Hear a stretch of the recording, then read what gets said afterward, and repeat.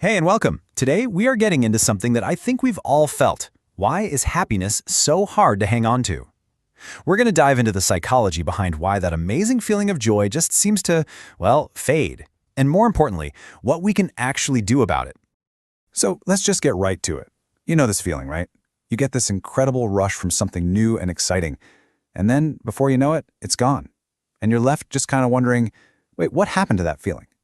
I mean, think about getting a brand new phone. The first few weeks, you're obsessed with it, you're showing everybody all the new features, but flash forward a couple of months, it's really just the thing that wakes you up in the morning. The magic is gone. Or what about a new relationship? In the beginning, a simple text can make your heart feel like it's going to explode with joy. A year later, that same kind of message just feels normal. The extraordinary feeling somehow just becomes ordinary. And it is the exact same thing with our careers.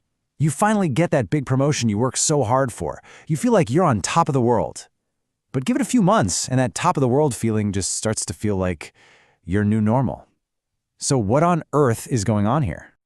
Well, the good news is it's not you. And it's not that life is just inherently disappointing. The answer is actually a really powerful built-in feature of our own brains. It's like we all have a kind of happiness set point. The official name for this is Hedonic Adaptation. It's just our brain's natural ability to get used to situations, both the good and the bad, and then pull us back to our baseline level of happiness. You know, it was a super useful trait for our ancestors, but for us, it can sometimes feel like it's stealing our joy. And that leads to this perfect metaphor for it all, the hedonic treadmill. It feels like we're constantly running, chasing that next thing, that next goal we think will finally make us happy. But in reality, our psychological happiness level stays in pretty much the same place. Here's another way to think about it. Imagine your brain has a happiness thermostat. When a huge positive thing happens, your emotional temperature shoots up. Your brain says, whoa, a little too high, and it kicks in this sort of coolant to bring you back to your default setting.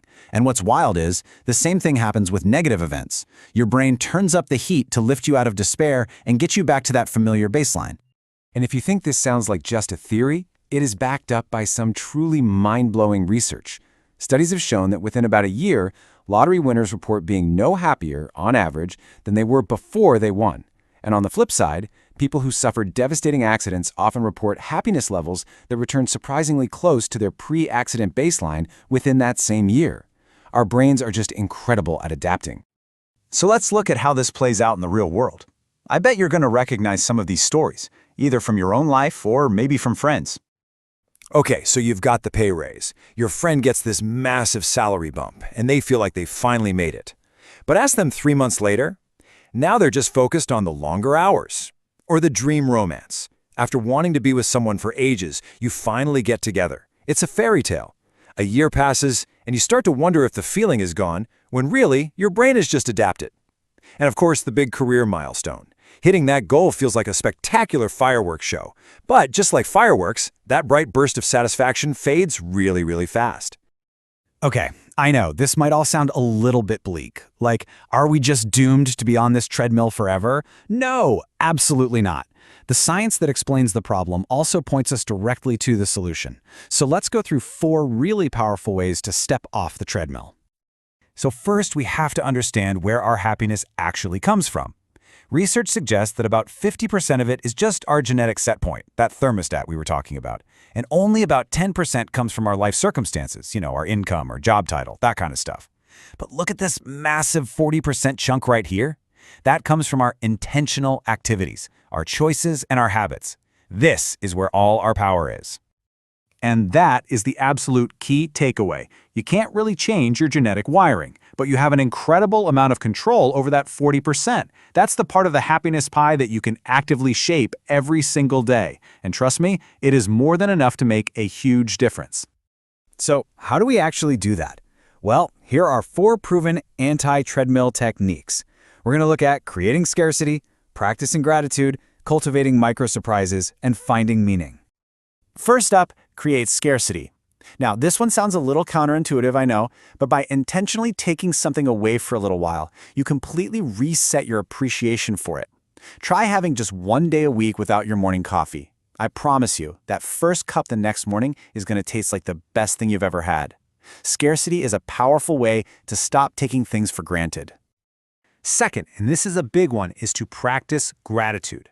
A famous 80-year-long Harvard study found that gratitude was one of the single best predictors of long-term happiness and well-being.